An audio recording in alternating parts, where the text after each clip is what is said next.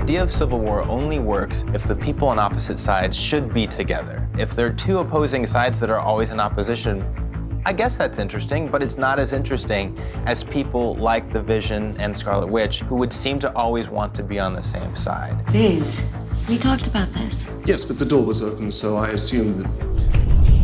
What I love about Vision, he's sort of on his own quest, which is to understand human beings, and he realizes that loyalty has got to come through love, real loyalty. So I think that he's very intrigued by what love is. Friends, I know you believe what you're doing is right, but for the collective good, I cannot allow this to continue. He's trying to get both sides to behave in a manner that's acceptable and move forward in a very logical way. It's complicated by the fact that he is starting to experience affection for Scarlet Witch. Spirits lifted.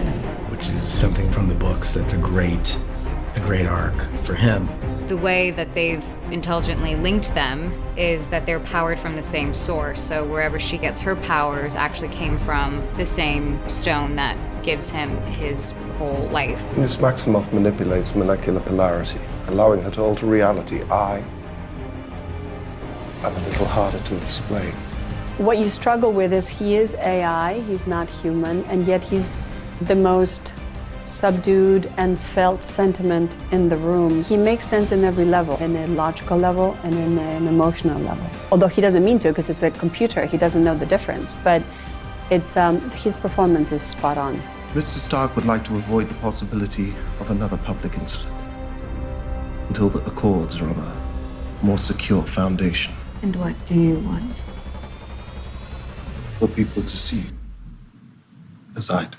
There are moments of such intense claustrophobia in this thing, because you are wearing a rubber balaclava that comes down to underneath your eyebrows and comes up to your chin, and this is the only piece of your entire body that is open to the air, and even that is covered in layers and layers and layers and layers of makeup. You really, really have to focus on meditate and focus on the long line of actors that would like to be in your position, and just remember how lucky you are. Are you smoldering? I'm smoldering. Yeah. You doing the eye squinty thing? So much of the Civil War story is told from Captain America's point of view. We've brought in Tony Stark to showcase that other side of that argument, and it's really the two of them and the people that team up with them. But at the same time, we thought it would be fun to introduce a third side, to introduce a character that audiences have wanted us to introduce for many, many years, who comes in and is really not agreeing with either side in particular and can represent sort of fresh eyes to see Tony's side of the argument, to see Cap's side of the argument, and frankly, to not necessarily care about either side of those arguments because he has his own agenda, and that's T'Challa, the Black Panther.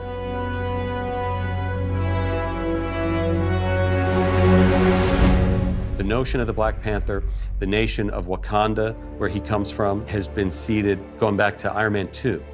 So it really felt like this was time. Kevin was like, hey, we're calling you about this character that I think you're interested in. I think you know who I'm talking about. And I said, yeah, I think so. Like, are you interested in playing him? Yes. It was really that simple. Chadwick is a really smart, interesting, dynamic guy. I think Marvel is so consistent at bringing on such fine actors. It really feels like he's added to this group. Right. Yeah, that was good. And his presence on set, I think, raises the stakes a little bit for everybody. Growing up, I was a Black Panther fan. To see Black Panther come to life is really kind of like a dream come true. Chad gives him a great energy. He gives him a great confidence, a stoicness that I feel that character needs.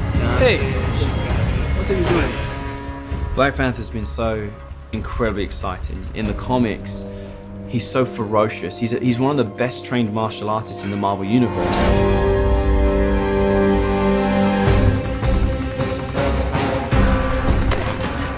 Where Cap is based in old school martial arts like judo, karate, taekwondo, aikido, You've got Panther with the more kind of flowing martial arts, like we're basing stuff off of capoeira. A lot of his acrobatic movement is capoeira, and a lot of almost Chinese influence with kung fu used with him. There, that's good. I did some martial arts training, some fight training with the stunts as well. We'll turn everything a little bit. There, that's it. Because Black Panther comes from his own culture, we usually try to find the touchstones for each character and what is really going to drive the design language for that character. The Black Panther has been the protector of Wakanda for generations. A mantle passed from warrior to warrior. Because Wakanda has not really been specifically figured out or designed yet, it was a little bit of a challenge because we didn't know how sci-fi or what that language was going to be. So a lot of our early takes were trying to figure out, should the suit feel very sci-fi? Should it be sort of really representative of a technology level that is even more advanced than Iron Man? Or should we really push for sort of really cultural things? Like, you feel that this suit is the pinnacle of that culture as opposed to a technology. What we ended up trying to bring to it was really a sense of that combination of the two. Woven into that construction is also the culture. So there's a lot of sense of etchings and very fine detail that would be from hopefully a cultural roots, but the way it was executed was a way that our technology level wouldn't be able to be accomplished. It's supposed to be a vibranium weave. It's a vibranium weave into it. It's essentially his armor. First thing I thought is they're gonna be little kids trying to dress up like this. Oh, Halloween. That's literally the first thing I thought was like, oh wow. There's something really exciting about, in a Captain America movie, who's known for his shield, this vibranium shield, to introduce Black Panther. They're coming from Wakanda, where vibranium came from, that made his shield, and who wears a vibranium suit. So there's a natural symmetry between the two characters in our iconography. It's amazing. Every time you see these suits, it's like, oh, that's another cool character. On the roost!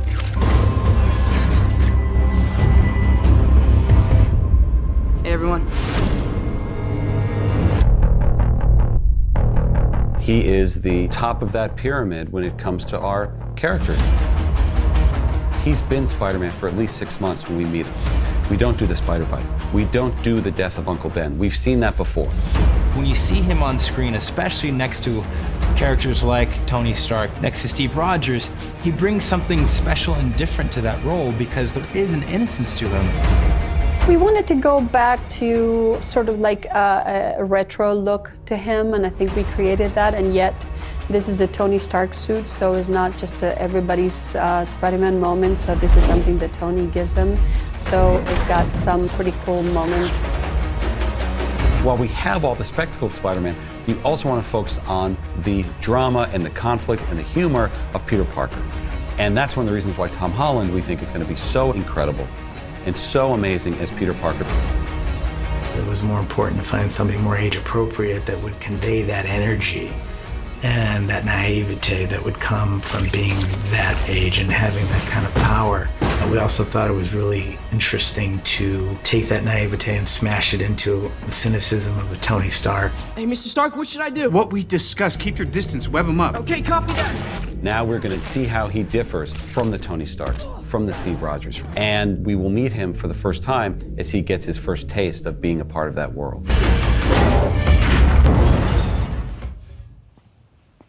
You got hard, kid. Where you from? Queens. Brooklyn. And action. Hello? Mr. Stark? Should I go get those guys up there? Peter is such a young kid, and he's so, oblivious to kind of what just went on. Tony hasn't told him anything. All Tony said that we need to go to Berlin, and you need to just have my back, kind of thing. I can't go to Germany. No, I've got homework. I'm gonna pretend you didn't say that. We're fortunate enough to end up with Tom as Spider-Man, who has a very capable physical background himself, and brings an awesome physicality to the character that is a lot of fun to watch. But please don't be mad at me when you wake up. This is one of the most beloved Marvel characters in the Marvel Universe, and our job is to make him look different, make him look cool, and do something that people haven't seen before, and I think we're doing that. I know we're on different teams and we're fighting and all, but I love it, dude. It's awesome.